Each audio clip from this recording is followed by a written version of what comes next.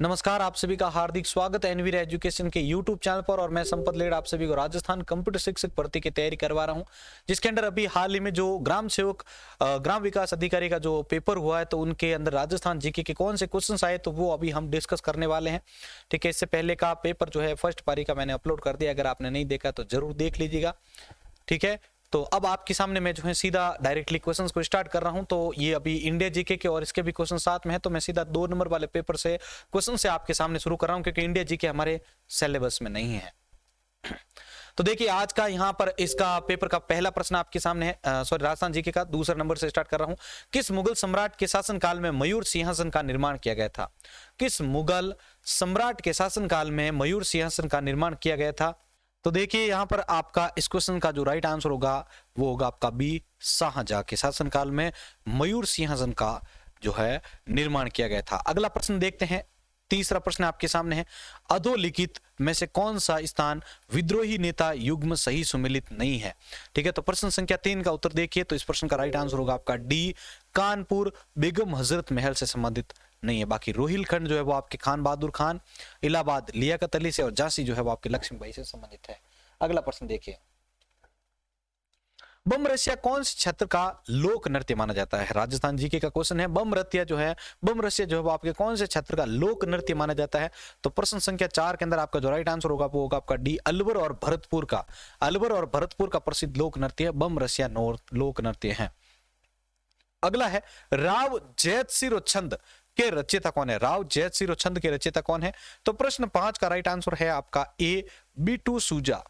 कौन है? बीटू सूजा जो है वो राव जैतसी के छंद के रचयिता माने जाते हैं। अगला प्रश्न डिस्कस करते हैं, प्रश्न संख्या 6 के ऊपर चलते हैं। प्रश्न संख्या 6 है आपका, निम्नलिखित में से कौन सा कृषि जलवायु खंड राजस्थान में सबसे बड़ा माना जाता है? तो कौन सा कृषि जलवायु खंड जो है वो राजस्थान में सबसे बड़ा माना जाता है? तो प्रश्न संख्या 6 के अंदर आपका राइट आंसर होगा डी, फर्स्ट सी जो है आपका सबसे बड़ा खंड माना जाता है कृषि के अंतर्गत। अगला प्रश्न है, विश्व प्रसिद्ध ओल्ड फेथफुल गीजर कहां पर अवस्थित है? विश्व प्रसिद्ध ओल्ड फेथफुल गीजर जो है वो आपके कहां पर अवस्थित है? तो प्रश्न संख्या 7 के अंदर आपका जो राइट आंसर होगा वो होगा आपका सी, संयुक्त राज्य अमेरिका में। अगला प्रश्न देखिए, टोक्यो पैरालंपिक्स 2021 में अवनी लेखरा ने किस स्पर्धा में स्वर्ण पदक जीता है? टोक्यो पैरालंपिक 2021 में अवनी लेखरा ने किस स्पर्धा में स्वर्ण पदक जीता? तो प्रश्न संख्या 108 के अंदर 8 के अंदर आपका जो राइट आंसर होगा वो होगा आपका सी, शूटिंग के अंदर जो है अवनी लेखरा ने जो है टोक्यो पैरालंपिक 2021 में स्वर्ण पदक जीता है। अगला प्रश्न देखिए, निम्नलिखित में से कौन सा वन्यजीव अभयारण्य और जिला सही सुमेलित नहीं है? तो प्रश्न संख्या 9 के अंदर आपका जो राइट आंसर होगा वो होगा आपका, प्रश्न संख्या 9 के अंदर राइट आंसर होगा आपका बी, बंद बारेठा अलवर से संबंधित नहीं है। बाकी बस्सी जो है वो आपका चित्तौड़गढ़ से संबंधित है। टॉटगढ़ रावड़ी जो है वो आपका पाली, अजमेर और राजसमंद से, और फुलवारी की नाल उदयपुर से संबंधित है। बंद बारेठा इससे संबंधित नहीं है। अगला प्रश्न देखिए भाई, अब यहां पर आपको जो है झील और उसके झीलों से संबंधित आपको मैच करना है, तो कौन सा सही है यहां पर आपको देखना है इसमें कूट में। तो प्रश्न संख्या जो 10 का राइट आंसर होगा वो होगा आपके बी, यानी फर्स्ट में है आपका सी। देखिए, पाली जो है वो आपका तालाब ए शाही जो है वो आपका किससे संबंधित है? धौलपुर से। तालाब ए शाही धौलपुर से संबंधित है। दूसरे में है आपका चौथा, यानी गैब सागर जो है वो आपका डूंगरपुर से संबंधित है, गैब सागर। तीसरा है आपका 2, यानी कडाना जो है वो आपके बांसवाड़ा से संबंधित है, कडाना बांसवाड़ा से संबंधित है। और फोर्थ यानी आपका हेमावास जो है वो आपका पाली से संबंधित माना जाता है। एक बार वापस रिपीट कर लेते हैं हम, तालाब ए शाही जो है वो आपके धौलपुर से संबंधित है, ठीक है। गैब सागर जो है वो आपका डूंगरपुर से संबंधित है। कडाना जो है वो आपका बांसवाड़ा से संबंधित है, और हेमावास जो है वो आपके पाली से संबंधित है। अगला प्रश्न, निम्नलिखित में से कौन सा नस्ल या पशुधन सही है? ठीक है, सही सुमेलित नहीं है। तो देखिए, प्रश्न संख्या 11 के अंदर आपका जो राइट आंसर होगा वो होगा आपका सी, लोही जो है वो आपके भैंस का नस्ल नहीं है।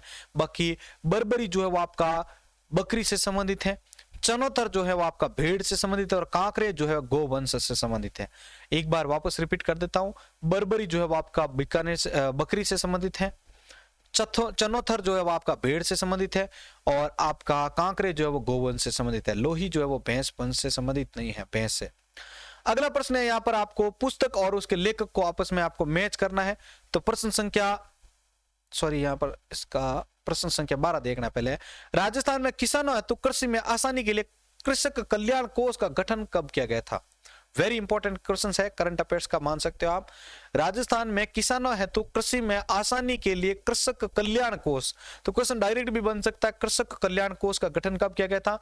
तो प्रश्न संख्या 12 के अंदर आपका जो राइट आंसर होगा, प्रश्न 12 का राइट आंसर होगा आपका ए 16 दिसंबर 2019 को। ठीक है, 16 दिसंबर 2019 को कृषक कल्याण कोष का गठन किया गया था। 16 दिसंबर 2019 को कृषक कल्याण कोष का गठन किया गया था, 16 दिसंबर 2019 को। अगला है स्वस्थ धरा खेत हरा, नारा किसका है? स्वस्थ धरा खेत हरा, यह नारा किसका है? तो प्रश्न संख्या 13 का राइट आंसर देखिए, प्रश्न 13 का राइट आंसर होगा आपका बी, मृदा स्वास्थ्य कार्ड योजना से संबंधित है। किससे? मृदा स्वास्थ्य कार्ड योजना से संबंधित है स्वस्थ धरा खेत हमारा नारा, मृदा स्वास्थ्य कार्ड योजना से संबंधित है स्वस्थ धरा खेत हमारा। अगला प्रश्न देखिए, डामोर जनजाति अधिकतर कहां पर पाई जाती है? तो डामोर जनजाति सर्वाधिक कहां पर पाई जाती है? तो इसका प्रश्न का उत्तर होगा आपके सी, डूंगरपुर और बांसवाड़ा में पाई जाती है डामोर जनजाति। डामोर जनजाति सबसे अधिक कहां पर पाई जाती है? तो डूंगरपुर और बांसवाड़ा में पाई जाती हैं। अगला प्रश्न देखिए भाई 15वां प्रश्न, प्रश्न संख्या 15 का राइट आंसर देखिए, रतवई लोक नृत्य किससे संबंधित है?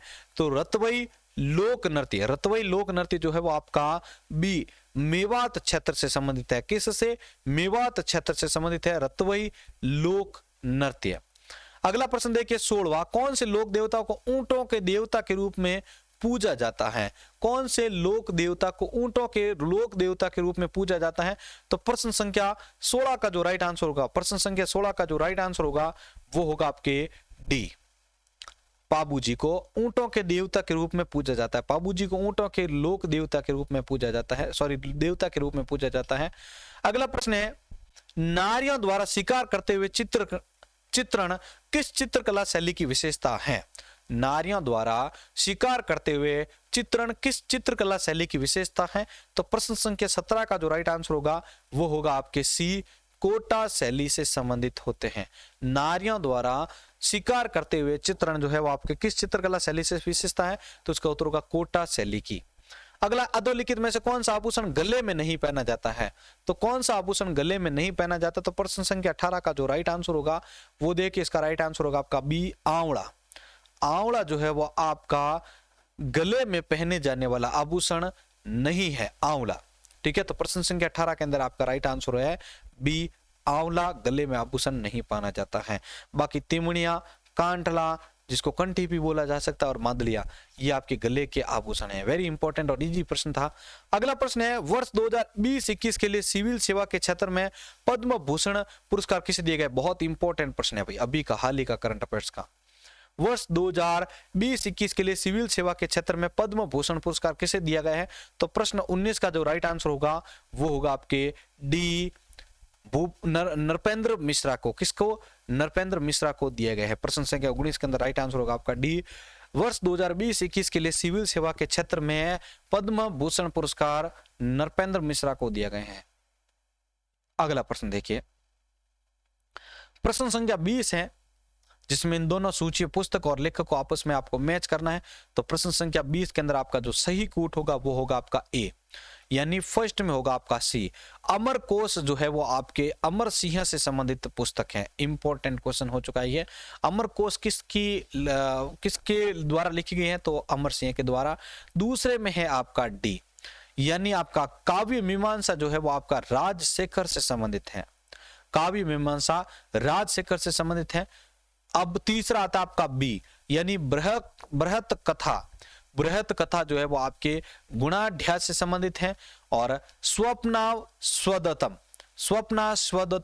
जो है वो आपका भास से संबंधित है। अच्छा, अभी तक हमने 3 बार ऐसे सुमेलित करने वाले क्वेश्चंस देखे हैं, उसमें आपने एक कॉमन चीज पाई होगी कि चौथा जो मैच हो रहा है पार्ट, वो हमेशा फर्स्ट के साथ ही पार्ट हो रहा है मैच। आप चाहें तो पिछले दोनों पेपर्स देख लीजिएगा, इससे पहले जो 2 पेपर मैंने अभी करवाए हैं, इसमें जो लास्ट चौथा है वो इसी के साथ ही मैच हो रहा है। स्वप्ना, स्वदतम जो है वो आपका भुआस से संबंधित है। अगला प्रश्न है आपका रिंदरोही किसकी रचना है? रिंदरोही किसकी रचना है? तो प्रश्न संख्या 21 का जो राइट आंसर होगा वो होगा आपके डी, अर्जुन देव चारण के द्वारा रचित है रिंदरोही रचना। रिंदरोही रचना किसकी है? तो अर्जुन देव चारण की रचना है। अगला प्रश्न देखिए भाई, राजपूत पेंटिंग शीर्षक से 1916 में किसने पुस्तक लिखी थी? राजपूत पेंटिंग शीर्षक के द्वारा 1916 में किसने पुस्तक लिखी थी? तो प्रश्न संख्या 22 का जो राइट आंसर होगा, प्रश्न संख्या जो 22 का राइट आंसर होगा वो देखिए, इसका राइट आंसर होगा आपके ए, आनंद कुमार स्वामी। राजपूत पेंटिंग शीर्षक से 1916 में किसने पुस्तक लिखी थी? आनंद कुमार स्वामी ने लिखी थी। अगला प्रश्न देख लीजिए भाई, पाल किसे कहते हैं? पाल। तो प्रश्न संख्या 23 का उत्तर देखिए, प्रश्न संख्या 23 के अंदर जिन्होंने उत्तर दे दिया है तो ट्राई कर लीजिए। प्रश्न 23 का राइट आंसर होगा आपका ए, भीलों की जो बस्ती होती है उसे हम क्या कहते हैं? पाल के नाम से जानते हैं। भीलों की बस्ती पाल के नाम से जानी जाती है। भीलों की बस्ती पाल के नाम से जानी जाती है। अगला प्रश्न देखें सभी, वह संस्थान जो 5G तकनीक को विकसित करने का समूह हिस्सा नहीं था। ठीक है, तो 5G तकनीक को विकसित करने के अंतर्गत इनमें से कौन सा जो है हिस्सा नहीं था? तो प्रश्न संख्या 24 के अंदर आपका राइट आंसर होगा भाई बी, IIT बंबई। ठीक है, अगला प्रश्न देखिए, रिंग ऑफ फायर कहां पर अवस्थित है? तो रिंग ऑफ फायर कहां पर अवस्थित है? वैसे इंडिया जीके का भी ये क्वेश्चन आ चुके हैं। ठीक है, तो प्रश्न संख्या 25 का जो राइट आंसर होगा वो होगा आपका बी, प्रशांत महासागर में रिंग ऑफ फायर अवस्थित है। अगला प्रश्न देखिए, भारत में सर्वाधिक लाख उत्पादन राज्य कौन सा है? तो भारत में सर्वाधिक लाख उत्पादक जो राज्य है वो देखिए, प्रश्न संख्या 26 का जो राइट आंसर होगा वो होगा आपका डी, झारखंड। कौन सा होगा भाई? झारखंड। अगला प्रश्न देखिए, वापस आ चुके हैं इंडिया में, सॉरी राजस्थान में, माही नदी का किनारा क्या कहलाता है? माही नदी का जो किनारा होता है वो क्या कहलाता है? तो प्रश्न संख्या 27 का जो राइट आंसर होगा वो होगा आपका सी, कांठल कहलाता है। क्या कहलाता है? कांठल कहलाता है। माही नदी का किनारा कांठल के नाम से जाना जाता है। चलिए आगे बढ़ते हैं नेक्स्ट प्रश्न की ओर। नेक्स्ट प्रश्न आपके सामने 28वां, अधोलिखित राजस्थान के पशु मेले व उनसे संबंधित स्थलों में से कौन सा युग में सुमेलित नहीं है? एक ऐसा जो है जोड़ा आपको देखना है जो आपका सही सुमेलित नहीं है। तो देखिए, प्रश्न संख्या 28 के अंदर कौन सा जोड़ा सही सुमेलित नहीं है? वो है आपका ए, श्री बलदेव पशु मेला। श्री बलदेव पशु मेला करौली से संबंधित नहीं है। बाकी गोगामेड़ी पशु मेला नोहरगढ़ हनुमान से संबंधित है। मलिनाथ पशु मेला तिलवाड़ा बाड़मेर से संबंधित है। और चंद्रभागा पशु मेला जो है वो आपके झालरा पाटन झालावाड़ से संबंधित है। ये क्वेश्चंस भी वापस रिपीट हुआ है यहाँ पर। ठीक है, तो यहाँ पर जो पशु मेले सही सुमेलित नहीं है, तो देखो बलदेव पशु मेला जो है करौली से संबंधित नहीं है। बाकी गोगामेड़ी हनुमानगढ़ से है, मलिनाथ तिलवाड़ा बाड़मेर से, और चंद्रभागा पशु मेला झालरा पाटन से संबंधित है। तो देखो भाई, पशु मेले का जो प्रश्न है वापस रिपीट हो चुका है यहाँ पर। अगला प्रश्न, विंध्यन कगार भूमिया किसका हिस्सा है? विंध्यन कगार भूमिया जो है वो किसका हिस्सा है? तो प्रश्न संख्या 29 का जो राइट आंसर होगा वो होगा आपका सी, दक्षिण पूर्वी राजस्थानी पठार का। दक्षिण पूर्वी राजस्थान पठार का जो है ये हिस्सा है। विंध्यन कगार भूमिया जो है वो आपके किसका हिस्सा है? तो दक्षिण पूर्वी राजस्थानी पठार का।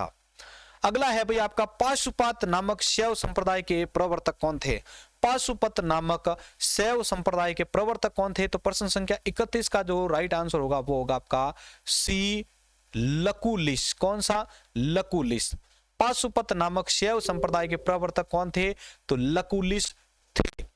अगला प्रश्न है, भारत का कौन सा स्थल जुलाई 2021 में यूनेस्को का विश्व विरासत सूची में शामिल किया गया था? तो प्रश्न संख्या जो 32 है उसका राइट आंसर होगा आपका डी, रमप्पा मंदिर। कौन सा? रामप्पा मंदिर। आगे और कुछ क्वेश्चंस हैं, उनको भी देख लेते हैं। राव राय सिंह को राजपुताने का कर्ण किसने कहा था? राव राय सिंह को राजपुताने का कर्ण किसने कहा था? तो प्रश्न संख्या 33 का उत्तर देख लें। प्रश्न 33 का राइट आंसर होगा ए, मुंशी देवी प्रसाद ने।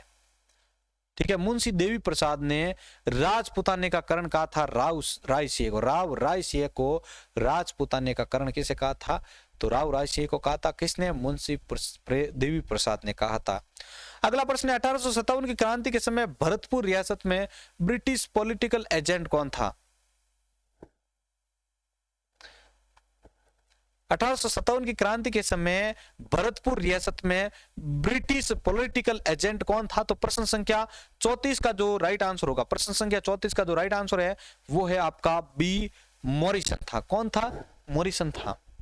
ठीक है, 1857 की क्रांति के समय भरतपुर रियासत में ब्रिटिश पॉलिटिकल एजेंट था मॉरिसन। अगला प्रश्न है ब्राउन जल प्रपात कहां पर स्थित है? ब्राउन जल प्रपात कहां पर स्थित है? तो ब्राउन जल प्रपात देखिए 35वां जो प्रश्न है उसका राइट आंसर होगा आपका सी, न्यूजीलैंड में स्थित है।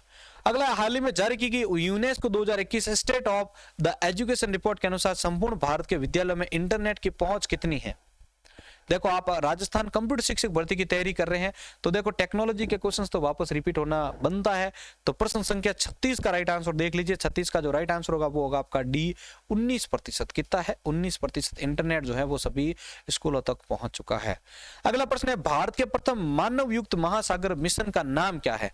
भारत के प्रथम मानव युक्त महासागर मिशन का नाम क्या है? तो प्रश्न संख्या 37 का जो राइट आंसर होगा वो होगा आपके ए, समुद्रयान। क्या होगा भाई? समुद्रयान जो है वो प्रथम मानव युक्त महासागरीय माना जाता है।